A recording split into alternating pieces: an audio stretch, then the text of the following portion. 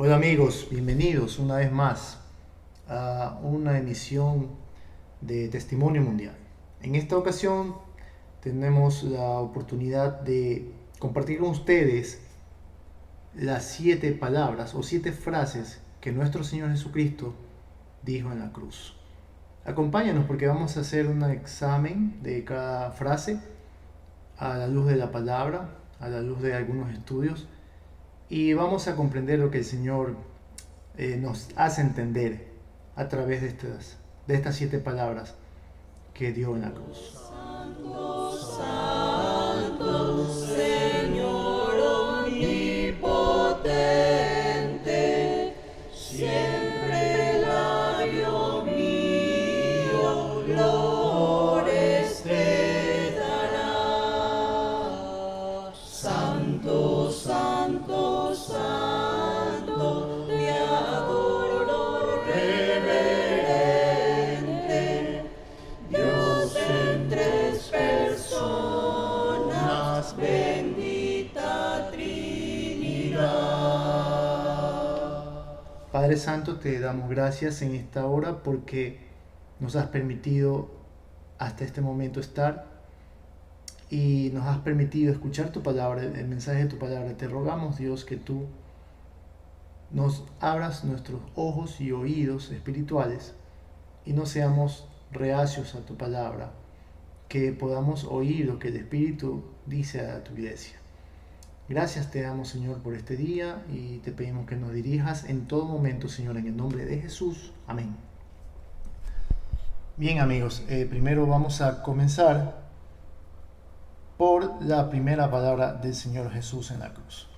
Recordemos que el Señor había pasado bastante tiempo siendo golpeado, siendo juzgado por los líderes religiosos de su nación y luego por los romanos. Y entonces, a pesar de todo ese dolor, a pesar de toda esa sensación de cansancio físico, agotamiento físico, nuestro Señor da 7 palabras que tienen un profundo significado, una profunda enseñanza. Y la primera palabra que dice el Señor la vamos a leer en el libro de Lucas, capítulo 23, versos 32 al 38.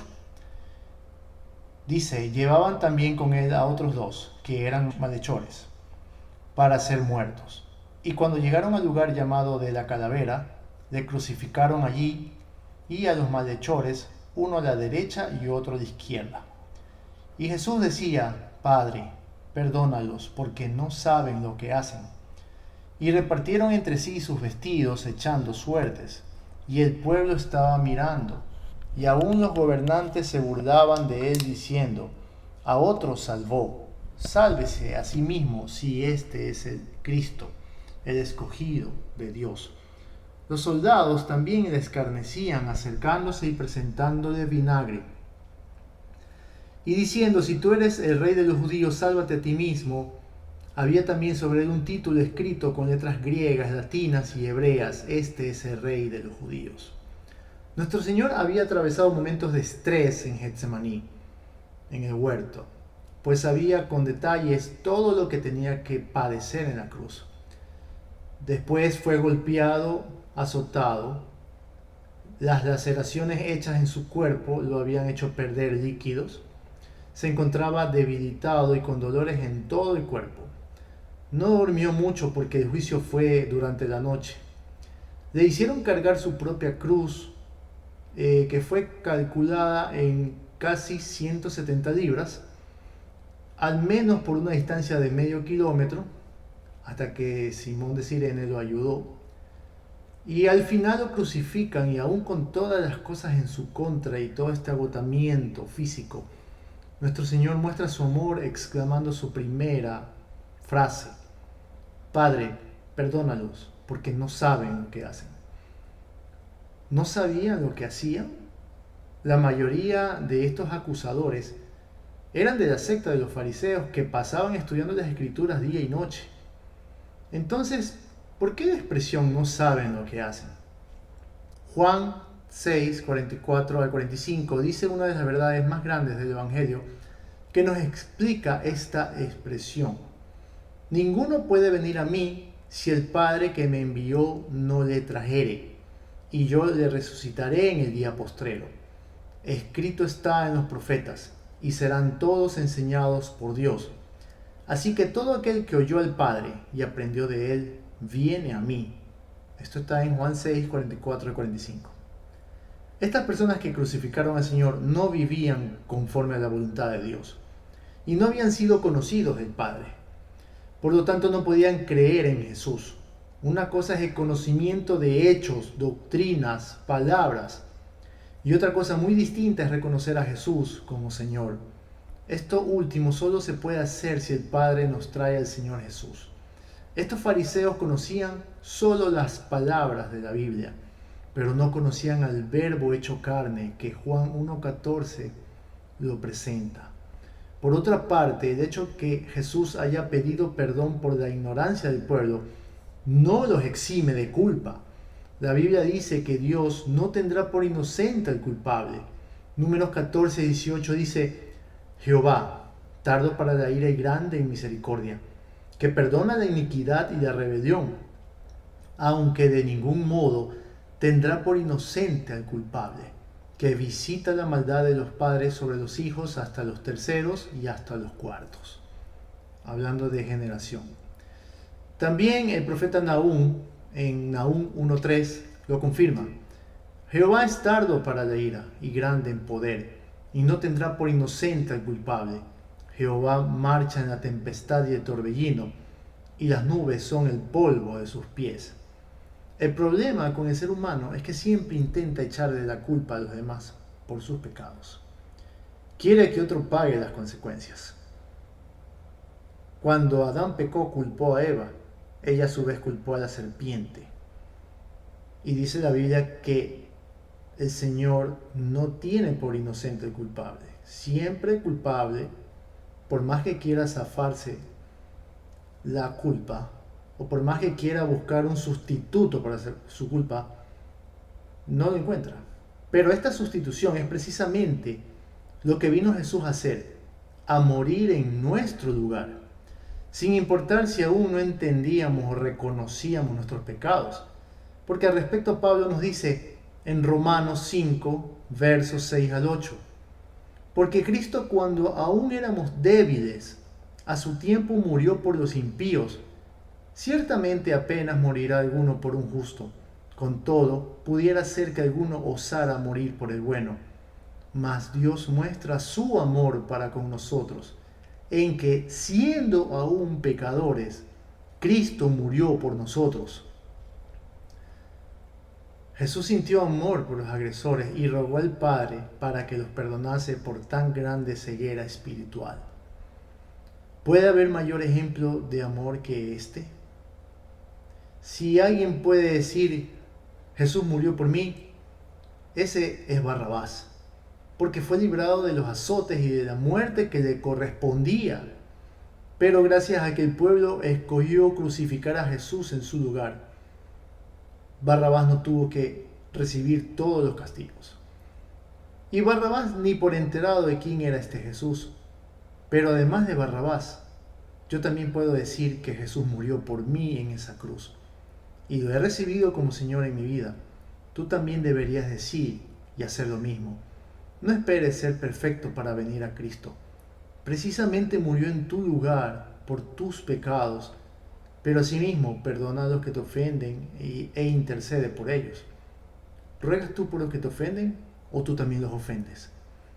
Más bien que tu actitud sea la del Señor en esta palabra.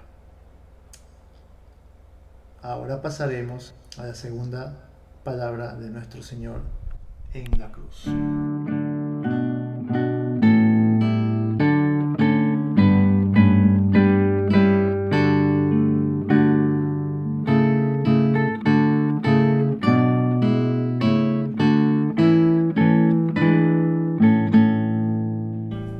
Esta segunda palabra se encuentra en Lucas 23. Podemos leer desde el 39 hasta el 43. Lucas 23, 39 al 43. Dice: Y uno de los malhechores que estaban colgados le injuriaba diciendo: si tú eres el Cristo, sálvate a ti mismo y a nosotros. Respondiendo el otro le reprendió diciendo: ¿ni aún temes tú a Dios estando en la misma condenación? Nosotros a la verdad justamente padecemos porque recibimos lo que merecieron nuestros hechos, mas éste ningún mal hizo. Y dijo Jesús: acuérdate de mí cuando vengas en tu reino. Entonces Jesús le dijo: de cierto te digo que hoy estarás conmigo en el paraíso. Después de unos momentos de injuria por parte de sus verdugos, ahora es el turno de uno de los condenados a muerte, el ladrón malo, como que si hubiera el ladrón bueno. Sus palabras denotan arrogancia. En el verso 39 dice: si tú eres el Cristo, sálvate a ti mismo y a nosotros. Este ladrón malo no tenía intenciones ni de reconocer su pecado, ni de arrepentirse, ni de reconocer la presencia del mismo Dios ante él. Nuestra cultura suele clasificar a los ladrones como buenos o malos. He escuchado algunas veces decir a algunos: robó, pero dejó haciendo obras, refiriéndose a gobernantes. El mundo también enseña cuentos como el de Robin Hood, aquel personaje que robaba y al final daba el dinero robado a los pobres. Esto es una enseñanza del mismo infierno. El ladrón que se justifica a sí mismo diciendo que te roba para alimentar a su familia es peor que un ladrón que reconoce que te roba por codicia. ¿Por qué? Porque el uno se justifica a sí mismo, pero el otro al menos reconoce, y para alcanzar la salvación es necesario primero reconocer que uno está mal delante de Dios y segundo, arrepentirse de esos pecados. Así que qué ladrón bueno ni qué malo, por cuanto todos pecaron y están destituidos de la gloria de Dios, lo dice Romanos 3:23. El ladrón y cualquier pecador, cualquiera, está condenado al infierno si no se arrepiente. Amigo o hermano que me escuchas, el justificarnos no nos exime de culpa ante Dios. Cuán grave es vivir en pecado y justificarse a sí mismo. Cada vez que pecas, presentas tu excusa en vez de reconocer tu falta y humillarte ante Dios. Por eso un ladrón le pregunta al otro en el verso 40: ¿ni aún temes tú a Dios estando en la misma condenación? Pero el otro ladrón junto al Señor en la cruz, el que llamamos ladrón bueno, reconoce su estilo de vida, cree en el Señor Jesucristo y se arrepiente mostrando fe. Sus palabras denotan primero ese reconocimiento en el verso 41. Nosotros, a la verdad, justamente padecemos porque recibimos lo que merecieron nuestros hechos, mas éste ningún mal hizo. Y luego sus palabras denotan fe en el verso 42 que dice: acuérdate de mí cuando vengas en tu reino. Nótese la humildad de esta petición, pues este ladrón ni siquiera esperaba una liberación inmediata de sus dolores. Ante estas palabras de arrepentimiento y fe, nuestro Señor responde en el verso 43: de cierto te digo que hoy estarás conmigo en el paraíso. Por eso este ladrón está hoy junto a Jesús en su gloria, y aclaro que no era un ladrón bueno, sino uno que se arrepintió de sus pecados ante Jesús. Romanos 3:23 dice que todos pecamos. Ahora yo te pregunto, ¿qué clase de pecador eres tú?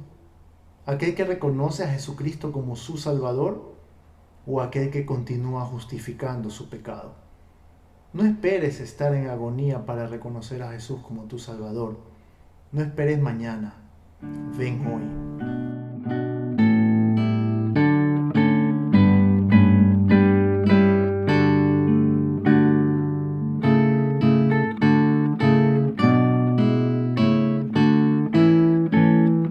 Ahora nos toca examinar la tercera palabra de nuestro Señor Jesús en la cruz. Mujer, he ahí tu hijo.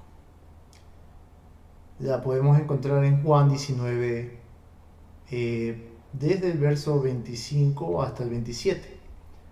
Dice, estaban junto a la cruz de Jesús, su madre y la hermana de su madre, María, mujer de Cleofas, y María Magdalena. Cuando vio Jesús a su madre y al discípulo a quien él amaba, que estaba presente, dijo a su madre, Mujer, he ahí tu hijo. Después dijo al discípulo, he ahí tu madre. Y desde aquella hora el discípulo la recibió en su casa. Esta tercera palabra ocurre después de la discusión entre los dos malhechores y la repartición de su ropa echando suertes. Esto lo hicieron los soldados romanos. 4 soldados participaron en la crucifixión, los cuales echaron suertes sobre sus túnicas. El historiador Josefo, al describir la túnica del sumo sacerdote en uno de sus libros que se llama Antigüedades 3, lo hace igual que Juan en este pasaje. Dice el verso 23, cuando los soldados hubieron crucificado a Jesús, tomaron sus vestidos e hicieron 4 partes, una para cada soldado. Tomaron también su túnica, la cual era sin costura, de un solo tejido de arriba abajo. Nuestro Señor Jesucristo usaba en esta ocasión vestimenta semejante a las de un sacerdote. Como contrapunto de estos 4 soldados están las 4 Marías, la madre de Jesús, Salomé, tía de Jesús y mamá de Juan, María, mujer de Cleofas, y María Magdalena. Cuando vio a su madre, dice el verso 26, y a Juan, les dijo, he ahí tu hijo y he ahí tu madre, respectivamente. Mateo 12, de 46 y 50, nos da una clara enseñanza del concepto que el Señor Jesús tiene sobre sus seres queridos. Esta es una historia que muchas veces la escuchamos, pero vale la pena analizar aquí también en esta situación, en esta palabra. Dice Mateo 12, 46 y 50, mientras él aún hablaba a la gente, he aquí su madre y sus hermanos estaban fuera y le querían hablar. Y le dijo uno, he aquí tu madre y tus hermanos están afuera y te quieren hablar. Respondiendo él al que le decía esto, dijo, ¿quién es mi madre y quiénes son mis hermanos? Y extendiendo su mano hacia sus discípulos, dijo, he aquí mi madre y mis hermanos, porque todo aquel que hace la voluntad de mi Padre que está en los cielos, ese es mi hermano y hermana y madre. Y no quisiera que este verso minimice la personalidad de María. Hay muchas personas que no respetan a María. Hay otras que la veneran demasiado. El único Salvador es Jesucristo, es Jesús el que murió en la cruz. Sin embargo, el Señor en esta cruz se preocupa de su mamá.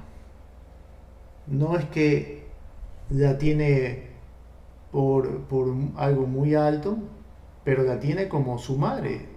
Recordemos que nuestro Señor vivió una vida de hombre. Se estima que 30 años vivió una vida normal como cualquier persona, un oficio de carpintero. La mamá de nuestro Señor Jesucristo, que vino en forma de hombre, estaba ahí. Y eso le generaba una preocupación al Señor. ¿Quién iba a ocuparse de su mamá, que se había ocupado de Jesús durante 30 años de su vida normal? Recordemos que el Señor solo tuvo 3 años de ministerio, de su año 30 hasta su año 33 aproximadamente. Y los primeros 30 años estaba en su hogar con su mamá. No se sabe de José, muchos piensan que ya había muerto hace muchos años, que María era viuda. Bueno, hay ciertos detalles que la Biblia ya no menciona, porque si Dios hubiese querido que nosotros sepamos esos detalles, los hubiera dejado escrito. Pero Dios ha dejado escrito las cosas que son realmente importantes y que debemos de mantenerlas en nuestra mente y corazón. Así que el Señor piensa, ¿quién va a ocuparse de María? ¿Quién va a ocuparse de mi mamá? ¿Quién va a ocuparse de aquella mujer que durante 30 años me ha acompañado en este hogar? Recuerde 2 cosas. Las mujeres en aquellos tiempos no eran tratadas con ninguna clase de igualdad de derechos. No es como hoy que tienen derechos iguales, semejantes, que no. En esos años, en esos años y en esos lugares, las mujeres no eran tratadas con ninguna clase de igualdad de derechos. Y la otra cosa es que una viuda pasaba muy duros momentos. O sea, ya el hecho de ser mujer ya tenía una desventaja. Pero el hecho de ser viuda era otra mayor. La viuda pasaba muy duros momentos sin ninguna clase de ayuda social. Hoy en día se busca esa igualdad de derechos, hoy en día se goza de beneficios de la seguridad social. Si una mujer o su esposo trabajó y apartó para la seguridad social de su país por muchos años, entonces al final recibirá una retribución en su vejez. Pero en aquellos días no existía ninguno de estos beneficios, no había seguridad social, lo que hoy conocemos como seguridad social, no había nada. Una mujer viuda era una mujer desprotegida, sola en esta vida, peor si no tenía hijos. Ante esta preocupación, el Señor Jesucristo no encargó su madre a sus propios hermanos, porque dice la Biblia en Juan 7:5 que ni aún ellos habían creído en Él. En su lugar escogió a uno que hacía la voluntad del Padre. ¡Qué privilegio! El Evangelio no consiste solamente de actos, ritos, actividades, festividades religiosas o litúrgicas. El Evangelio tiene muchas de esas actividades, sí, es verdad, pero también tiene un componente de ayuda social, el cual nuestro Señor Jesucristo deja bien establecido como una de sus últimas enseñanzas antes de morir. Las personas que como Juan hacen la voluntad de Dios son parientes cercanos de Jesús y por eso reciben un trato especial, un trato como que eres de la familia. Es fácil entender ahora por qué Juan se sentía el discípulo amado, porque realmente era amado, porque hacía la voluntad de Dios y Dios lo estimaba como de la familia, así, hermano. ¿Quieres ser madre o hermano de Jesús? Entonces haz la voluntad del Padre y ocúpate de aquellos que atraviesan también grandes necesidades.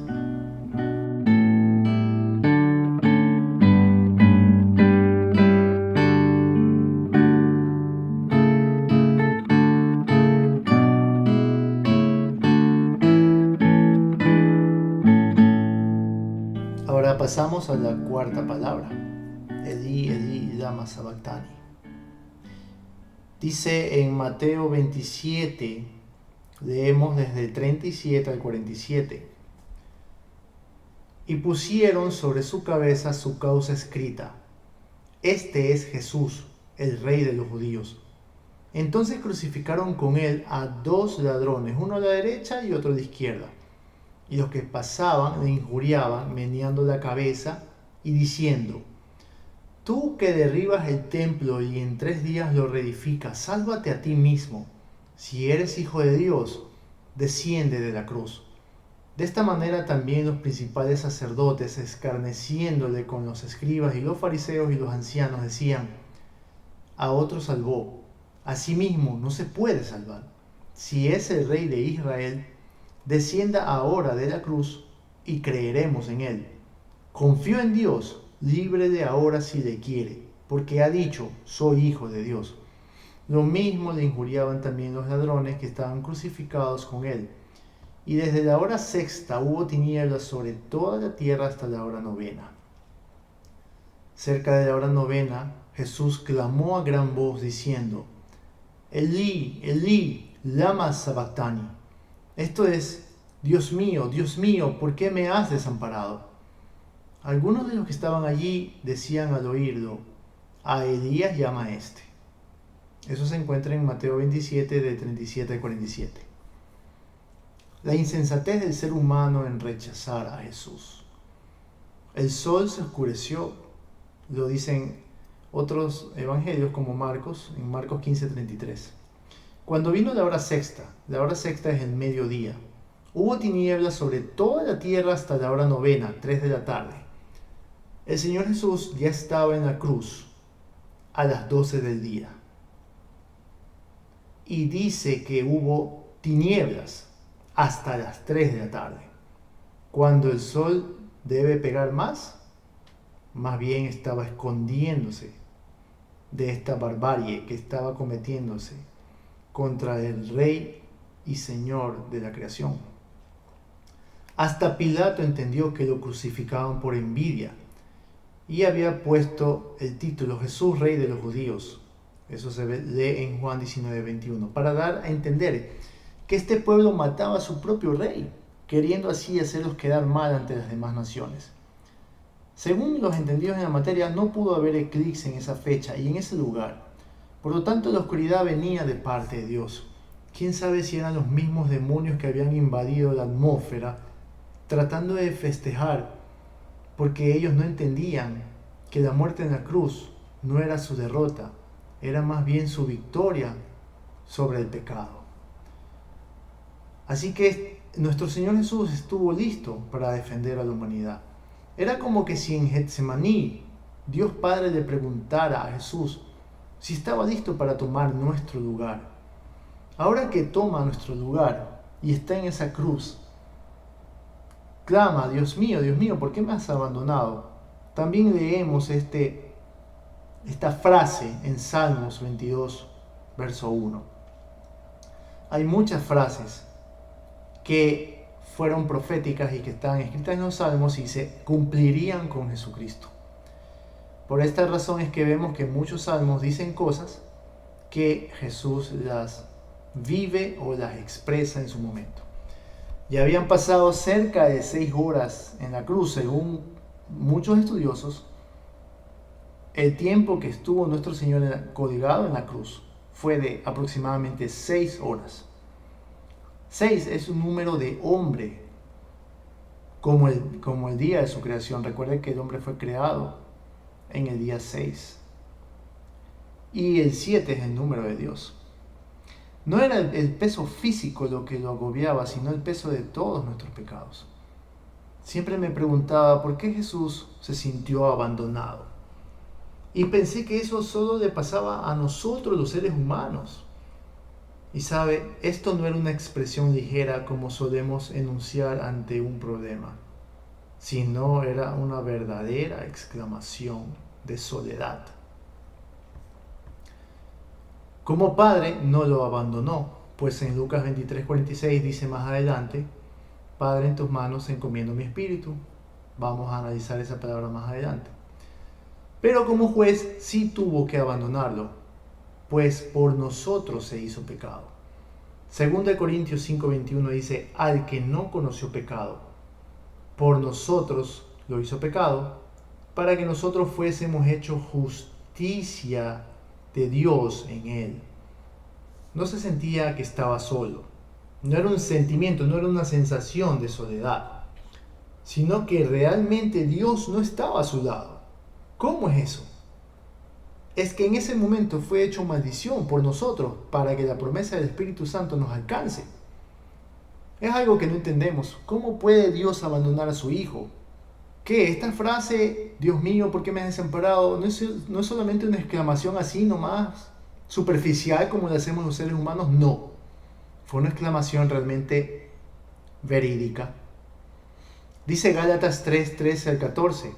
Cristo nos redimió de la maldición de la ley, hecho por nosotros maldición, porque está escrito: maldito todo el que es colgado en un madero, para que en Cristo Jesús la bendición de Abraham alcanzase a los gentiles, a fin de que por la fe recibiésemos la promesa del Espíritu. Este es el Cordero de Dios que quita el pecado del mundo. En Juan 1:29 dice: el siguiente día vio Juan a Jesús que venía a él, refiriéndose a Juan el Bautista, y dijo: he aquí el Cordero de Dios que quita el pecado del mundo. Y quiero irme a la historia y remontarme a los días de Moisés. En los días de Moisés, Dios envió las plagas sobre Egipto, porque Faraón se rehusaba a dejar libre al pueblo, porque creía que sus dioses eran por encima de nuestro Dios, el único Dios. La 10ª plaga era la muerte de todos los primogénitos. De todos los primogénitos. Pero hubo un rescate para los primogénitos hebreos. Los hebreos vivían en tierra de Gosén junto a Egipto, pero no eran lugares que se mezclaban. El hebreo vivía en su lugar y el egipcio en el suyo. Pero Moisés tenía una solución para cuando el ángel viniera y pasara por todas las casas, tanto de Gosén, era el lugar donde estaban los hebreos, como de cualquier persona que quiera aplicar este procedimiento, y era untar con sangre de un cordero perfecto de 1 año de edad las puertas de las casas donde habitaban. Y tenían que comer este cordero, cocinarlo y no dejar ninguna sobra para el día siguiente. Tenía que cumplirse este ritual y comer con panes sin levadura. Bueno, ahí usted debería leer esta 10ª plaga. Todo tiene que ver con la muerte de nuestro Señor Jesucristo en la cruz. Cuando este ángel de la muerte pasara por la tierra de Gosén, vería la sangre y dijera que ahí ya hubo alguien quien muriera, y así pasaría a la siguiente casa, hasta encontrar una donde aún no hubiera muerto, o sea, en la tierra de Faraón. Es decir, que si tú participabas de este cordero y tomabas esa sangre y la ponías alrededor de las puertas de tu casa, el ángel de la muerte no entraría, porque ya había un sustituto para la muerte del primogénito que habitaba en esa casa. Entonces el ángel pasaría de largo. Me gusta la palabra Pascua, porque esto se llama la Pascua del Señor. Me gusta la palabra Pascua en inglés. La palabra Pascua en inglés se dice Passover. Passover, una sola palabra. Y Passover significa pasar por encima de, o como decimos en español, pasar de largo. Es decir, el ángel venía a tu casa, veía sangre en la puerta de tu casa y pasaba de largo. No entraba a matar a ningún primogénito dentro de tu casa. Y esto fue el mismo trabajo que Cristo realizó por nosotros, para que la muerte nos pasara por alto. Dice en 2 Corintios 5:19, que Dios estaba en Cristo reconciliando consigo al mundo, no tomándoles en cuenta a los hombres sus pecados, y nos encargó a nosotros la palabra de la reconciliación. Así que, amigo, Dios abandonó al Señor Jesús solo en ese momento, porque tomó tu lugar y el mío, para que podamos estar reconciliados con Dios. A ti no te abandona. Este es el día de salvación, no lo desaproveches. No tienes que pagar una condena eterna cuando alguien tomó tu lugar en la cruz. Mejor lleva la carga del Señor Jesús, que te dice en Mateo 11, 29, 30. Llevad mi yugo sobre vosotros y aprended de mí, que soy manso y humilde de corazón, y hallaréis descanso para vuestras almas, porque mi yugo es fácil y ligera mi carga.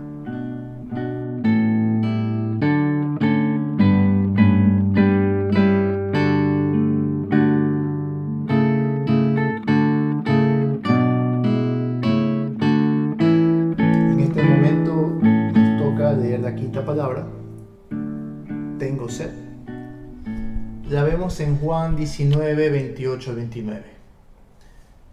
Dice, después de esto, sabiendo Jesús que ya todo estaba consumado, dijo, para que la escritura se cumpliese, tengo sed. Y estaba allí una vasija llena de vinagre. Entonces ellos empaparon en vinagre una esponja y poniéndola en un hisopo se la acercaron a la boca. Esta 5ª palabra de nuestro Señor Jesucristo viene después de haber manifestado su misericordia para todos en la primera palabra, su perdón para un malhechor en particular en la segunda palabra, su preocupación por el bienestar social de su madre en la tercera palabra, y su soledad en este momento de separación del Padre, que fue la 4ª palabra.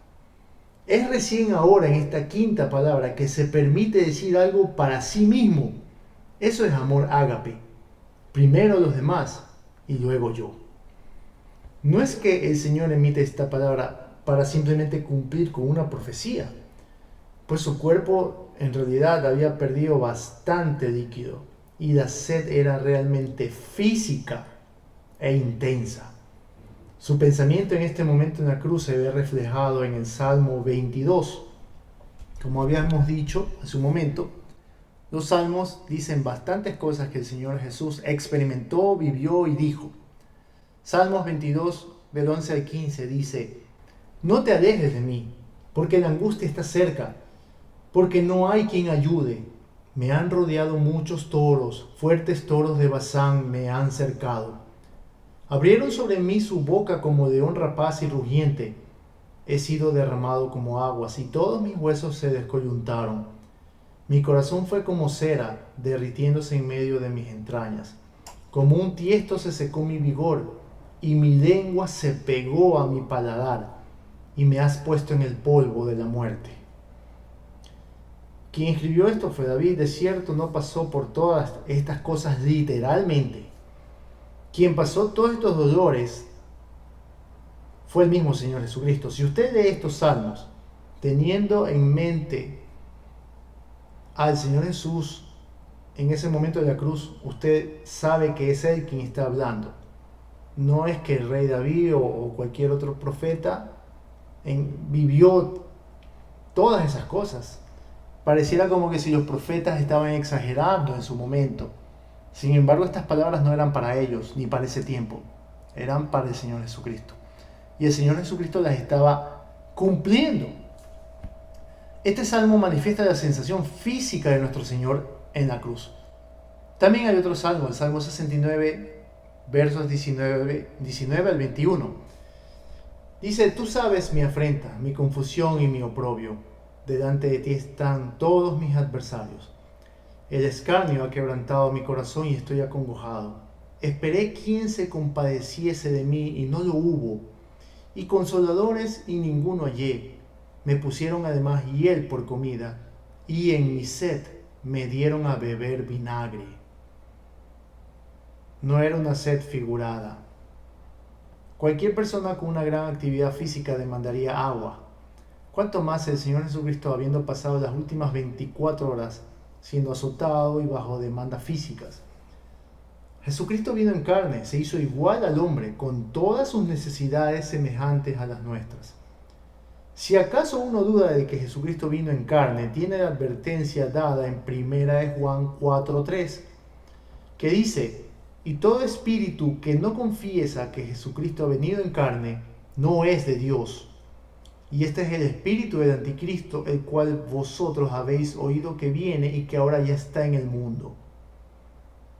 El escarnio padecido de parte de los líderes religiosos y de los soldados romanos, el odio emitido por la multitud, el hecho de que no hubo quien se compadeciese de su sufrimiento y la oferta de vinagre para su sed fue la escritura totalmente cumplida en Jesucristo. El hecho de que le dieran a beber vinagre en medio de su tormento no era algo que una persona en la cruz pudiera controlar. Esto no es otra cosa sino el cumplimiento de una profecía. El único que pasó por todas estas cosas escritas, que habían sido, valga la redundancia, escritas aproximadamente 1000 años antes de ese momento, fue el Señor Jesucristo. Nadie más cumplió con los detalles de todas estas profecías, lo cual demuestra que Jesús es el Mesías. Este vinagre ofrecido era una bebida típica que utilizaban los soldados y que consistía en un vino rebajado de baja calidad, usualmente consumido por la gente de baja condición económica. Mateo nos relata que probó esta bebida pero se rehusó a beberla. Sin embargo, Juan nos dice que el Señor Jesús tomó esta bebida. A lo mejor probó y dijo: no, basta un poco. Pero con tanta sed era necesario tomar algo de líquido, porque aún faltaban 2 palabras más que decir antes de morir. Esta frase nos hace entender la humanidad de Cristo, que es igual a la nuestra, y por ello es que nos puede ayudar también en nuestras necesidades. El autor de Hebreos nos dice que nos acerquemos en confianza a Él, pues nos comprende precisamente por todas estas necesidades que Él mismo atravesó como Dios, hecho hombre. En Hebreos 4, del verso 14 al 16, dice: Por tanto, teniendo un gran sumo sacerdote que traspasó los cielos, Jesús, el Hijo de Dios, retengamos nuestra profesión, porque no tenemos un sumo sacerdote que no pueda compadecerse de nuestras debilidades, sino uno que fue tentado en todo según nuestra semejanza, pero sin pecado. Acerquémonos, pues, confiadamente al trono de la gracia para alcanzar misericordia y hallar gracia para el oportuno socorro. Jesucristo vino en carne, pasó necesidades, padeció por nosotros, y por ello puede entenderte. No tardes en venir a Él si oyeres hoy su voz.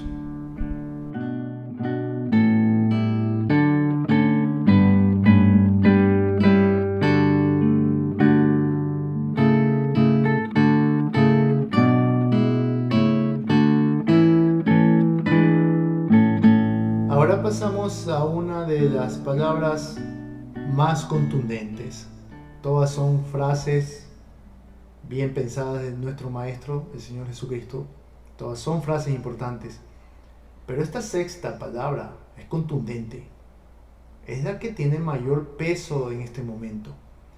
Consumado es. Texto, Juan 19:30. Dice: Entonces Jesús, cuando hubo tomado el vinagre, dijo: consumado es, e inclinando la cabeza entregó el espíritu. Esta palabra consumado es se llama tetelestai. En los tiempos de Jesús implicaba la condonación de deudas. Implica completar, ejecutar, concluir, descargar una deuda, lograr, finalizar, expirar, llenar, pagar, realizar.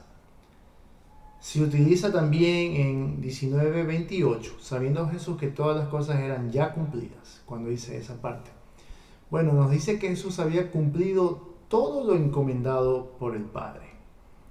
Ahora, ¿qué realmente era esta palabra? ¿Cómo se utilizaba en los tiempos de Jesús?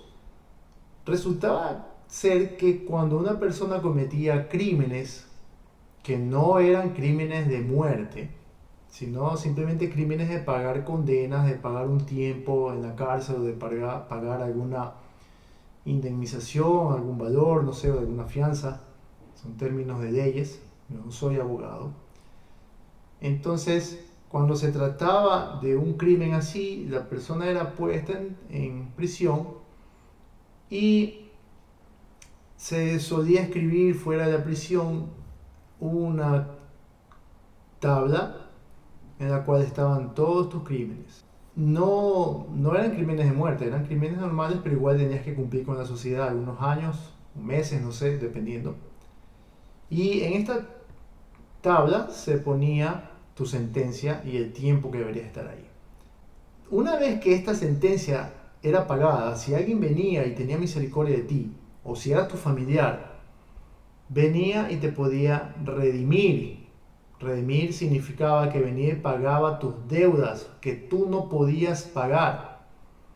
Una vez que esa deuda era pagada, o el tiempo, y ya era cumplido, entonces los romanos venían y escribían sobre esta tabla esa palabra, tetelestai, que significaba pagado por completo.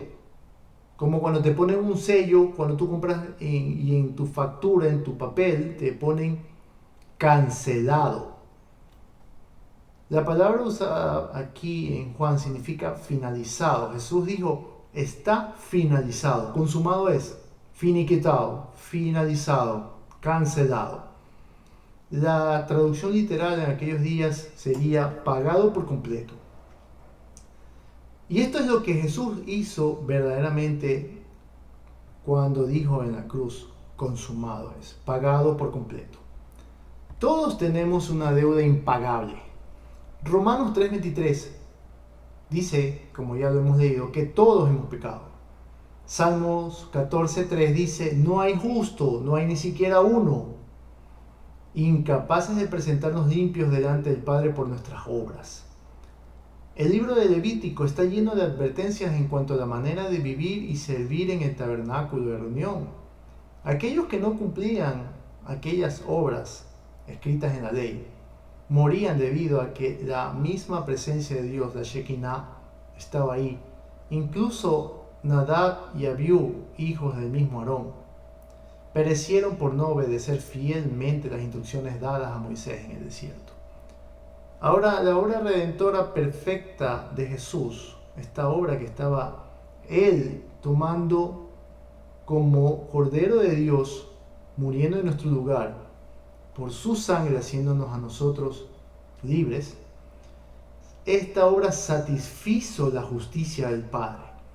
Pablo en Romanos explica la justificación y nos dice, Romanos 3:24 hasta el 27, siendo justificados gratuitamente por su gracia, por medio de la redención que es en Cristo Jesús, a quien Dios exhibió públicamente como propiciación por su sangre a través de la fe, como demostración de su justicia, porque en su tolerancia Dios pasó por alto los pecados cometidos anteriormente, para demostrar en este tiempo su justicia, a fin de que Él sea justo y sea el que justifica al que tiene fe en Jesús. ¿Dónde está pues la jactancia? Queda excluida. ¿Por cuál ley? ¿La de las obras? No, sino por la ley de la fe. El verso 27 nos dice claramente que no por ser bueno se llega al cielo. ¿Dónde está la jactancia? Dice. Si fuera por nuestra justicia que se llega al cielo, entonces Jesús no hubiera venido a morir por nosotros. Si vino, es porque realmente se necesitaba su sacrificio para alcanzar lo que el ser humano no podría. ¿Aún tienes deuda con Dios? Acógete a su justificación. No permitas que este día quede como uno más del año. Dios está dispuesto a pagar tu deuda, pero tú tienes que invitarlo. De todos los que estaban presentes en el Calvario, solo un malhechor recibió este precioso regalo. No es para todos, sino para aquellos que lo reciben.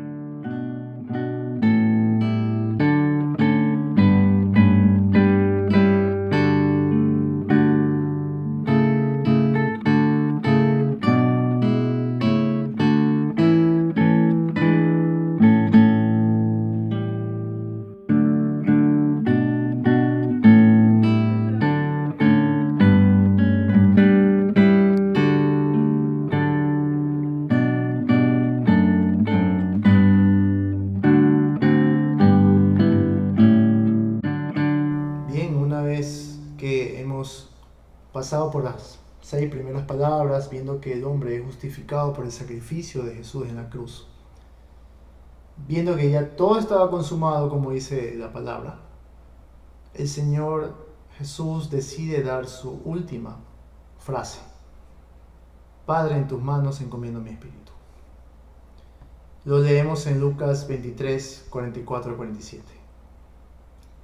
Cuando era como la hora sexta, 12 del día, hubo tinieblas sobre toda la tierra hasta la hora novena, 3 de la tarde. Y el sol se oscureció y el velo del templo se rasgó por la mitad. Entonces Jesús, clamando a gran voz, dijo, Padre, en tus manos encomiendo mi espíritu.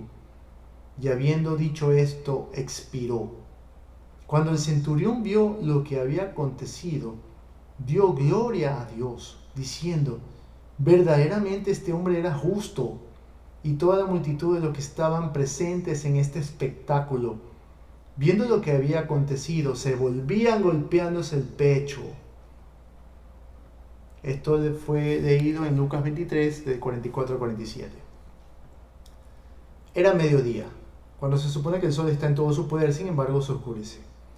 A más de esta señal del velo del templo, que era una tela de 10 centímetros de espesor, y que, según el historiador Josefo, decía que ni aún 2 caballos unidos a esta gran cortina podrían romperla, ese mismo velo se rasgó por la mitad.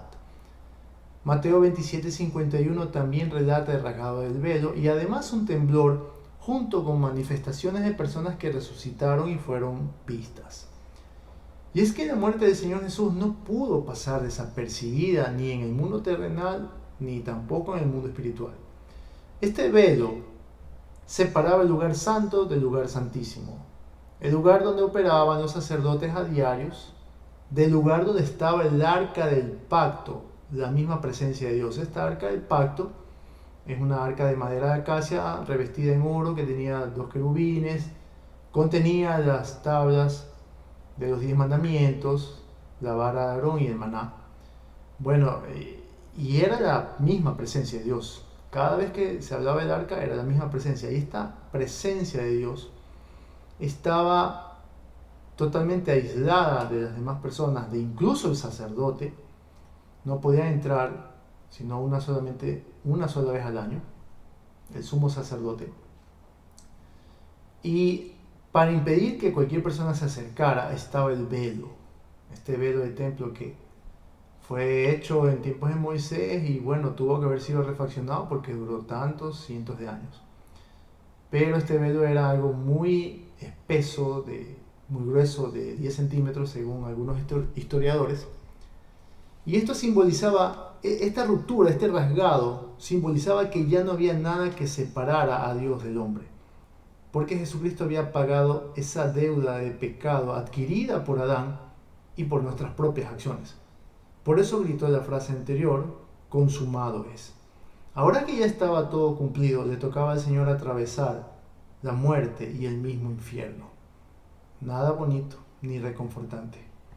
Efesios 4, versos del 7 al 9 dicen: pero a cada uno de nosotros fue dada la gracia conforme a la medida del don de Cristo, por lo cual dice, subiendo lo alto, llevó cautiva la cautividad y dio dones a los hombres. Y eso de que subió, ¿qué es? Sino que también había descendido primero a las partes más bajas de la tierra. Hermano, que no te mientan. Abajo en la tierra no hay un núcleo de hierro, ni lava, ni cosas por el estilo. Abajo hay un infierno. Lo dice la Biblia, y la Biblia no miente, 100% efectiva. Cielo y tierra pasará, pero su palabra no pasará. El hecho de caminar por el valle de muerte para cualquier humano es bastante pesado y tétrico. Ustedes han podido escuchar algunos testimonios de personas que mueren y van a lugares. Bueno, hay muchas historias que contar. Pero todas las personas que mueren pasan unas experiencias terribles, las que logran volver a la vida y contarnos. ¿Y qué más habrá detrás de ese umbral de la muerte que muchos no vuelven y no te pueden contar? Pero para eso tenemos la Biblia que nos dice todo lo necesario. Y ya hemos visto que nuestro Señor Jesús vino como un hombre natural sin dejar su naturaleza divina a un lado, pero como un hombre con todas las limitaciones como las nuestras. Es por eso que recita estas palabras halladas en el Salmo 31:5. Otra vez son los salmos, otra vez y nunca dejará de ser así. Siempre son proféticas estas palabras, escritas con mucha anterioridad. Dice Salmo 31:5, en tu mano encomiendo mi espíritu. Tú me has redimido, oh Jehová, Dios de verdad. Claro que ante semejante paso hay que encomendarse a Dios. Este salmo se lo memorizaban los judíos y era recitado con mucha frecuencia durante circunstancias difíciles sobre las cuales la persona no tenía control. Es semejante a la actualidad cuando nosotros estamos pasando por un lugar muy inseguro. Entonces, las personas que somos creyentes, pues recitamos el Salmo 23. Nos gusta recitar ese Salmo 23 cuando estamos en situaciones muy riesgosas. Bueno, entonces los judíos también tenían este Salmo 31:5, lo recitaban, y el Señor Jesús también lo recita esta pequeña frase inicial del Salmo. Lindas palabras que toda persona que fallece debería decirlas. Son palabras que expresan confianza en Dios, de que nos hará atravesar el valle de la muerte hasta llevarnos al paraíso a encontrarnos con Él. Después de poner su espíritu en manos de Dios, los soldados intentaron romperles las piernas, lo que produciría un paro cardíaco al crucificado y aceleraría su muerte, para que no hayan cuerpos muertos a la intemperie durante la Pascua. Justamente en este día que Jesús muere, en la caída del día, iban a celebrar la Pascua, que era el cordero que se comía en familia y que comían con panes sin levadura, como lo expliqué en la palabra anterior. Entonces, esta celebración judía exigía que no hayan cosas muertas, peor personas colgadas de un madero. Eso estaba muy mal visto para la sociedad judía. Entonces, por eso quisieron matarlo. Pero Jesús ya había entregado su espíritu. Viéndolo muerto a Jesús, no le rompieron las piernas y luego se aseguraron con una lanza para comprobar si reaccionaba. Pero salió agua con sangre. Con esto se cumplen dos profecías más, las mismas que una persona muerta ya no puede manipular para que forzosamente ocurran. Alguien podría decir, no, es que el Señor Jesús forzó algunas de las profecías. Qué fácil es forzar profecías cuando puedes, pero cuando estás muerto no puedes forzar ninguna profecía.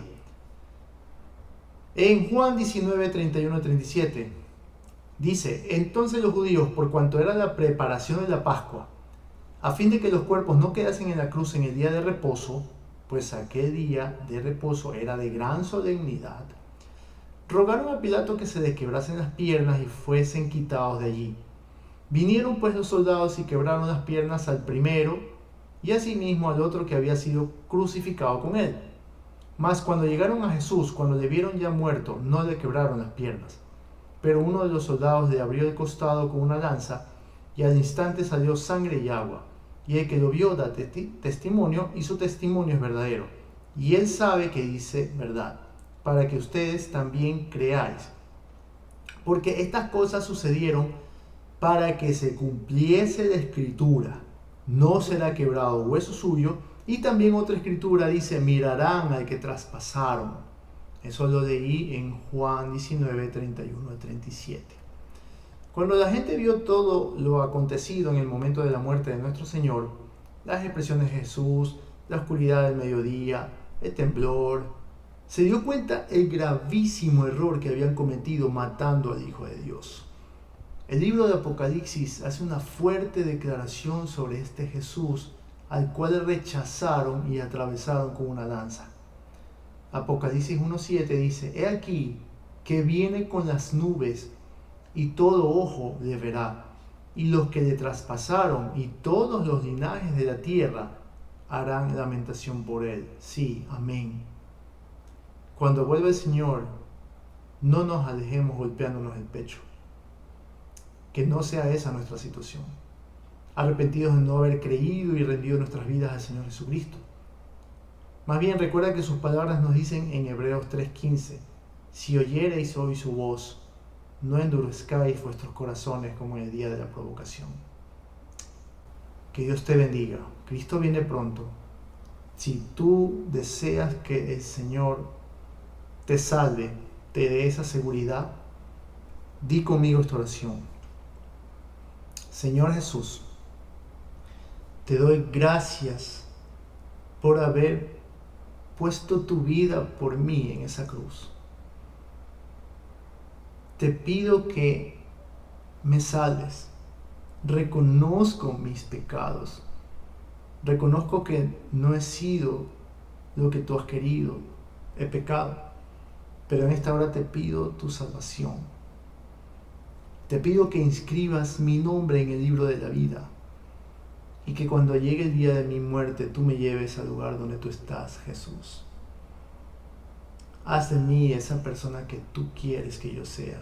Y no importa lo que venga, ayúdame a permanecer fiel junto a ti hasta el día en que tú me lleves o hasta el día en que tú vuelvas, Señor, con gran poder y gloria. Gracias te doy por hacerme parte de la familia de Dios. Entra en mi vida, Dios, y pon en mí de tu Espíritu Santo, Señor. Te doy gracias. Gracias por este día, Jesús. Amén. Que Dios te bendiga, amigo. Espero que estas palabras hayan reconfortado tu corazón y espero, lo más importante, que te hayas puesto a cuentas con Dios. Santo Señor.